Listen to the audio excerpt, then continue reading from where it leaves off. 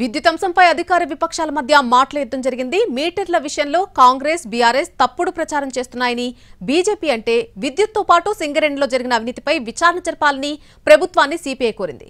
అటు విద్యుత్ విషయంపై ఎంఐఎం కూడా తన వాదనను గట్టిగా వినిపించింది. ఇద్దరు ఒకటైపోయారు, మోటార్లకు కూడా మీటర్లు పెట్టాలని చెప్పిరని వాళ్ళు మొత్తుకున్నారు. ఇప్పుడు ఉన్న వాళ్ళు వీళ్ళు మొత్తుకుంటున్నారు.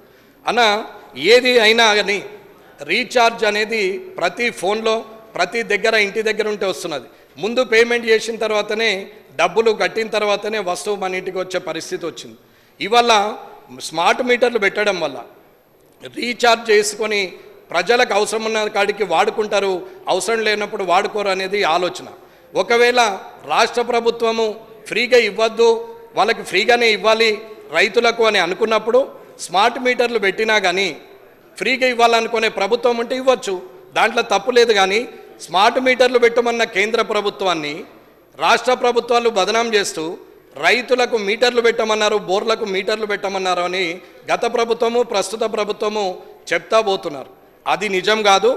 ఇక్కడ జరిగేటువంటి విద్యుత్ రంగంలో జరిగేటువంటి అవినీతి కానీ లేకపోతే ఇతర అంశాలతో పాటు సింగరేణికి సంబంధించినటువంటి అంశాన్ని కూడా దానికి జోడించి ఒక పిటిషన్ గవర్నమెంట్ నుంచి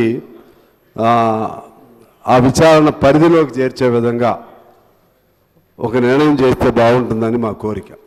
నేను పోయినసారి మాట్లాడుతూ చెప్పా కూడా, దాదాపు 10-12 వేల కోట్ల అవినీతి సింగరేణిలో కూడా జరిగిందని, దాని బాధ్యుల పైన విచారణ వేయాలని చెప్పి విచారణ కమిటీ వేయాలని నేను అప్పుడు కోరాను.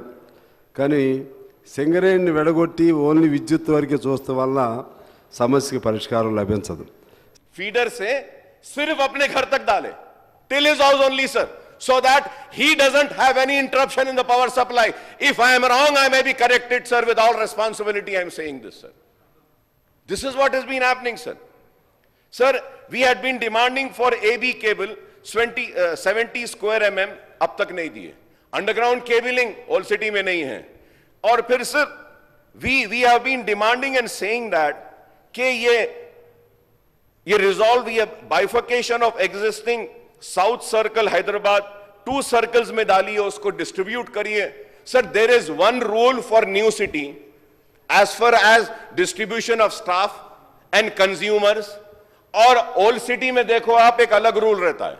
ఈ యాదాద్రి పవర్ ప్లాంట్ నిర్ణయం, కాళేశ్వరం ప్రాజెక్ట్ నిజం మాత్రం 100% ఆయన ఆలోచన ప్రకారం నడిచింది తప్పితే ఆయన లేకుంటే ఈరోజు సభలో వేరే వాళ్ళు మాట్లాడతామంటే మరి ఇప్పుడు మాకు కూడా అనిపిస్తుంది అధ్యక్ష, సభలో ఉండాలి.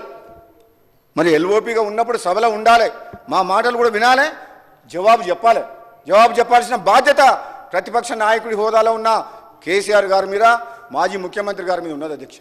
బాధ్యతారహితంగా నిర్ణయాలు తీసుకోవడం వల్ల రాష్ట్రం అప్పుల పాలై ప్రజలు కష్టాలు పడుతుంటే ఈరోజు జీతాలు ఇవ్వలేని పరిస్థితి, డబ్బులు ఇవ్వలేని పరిస్థితి.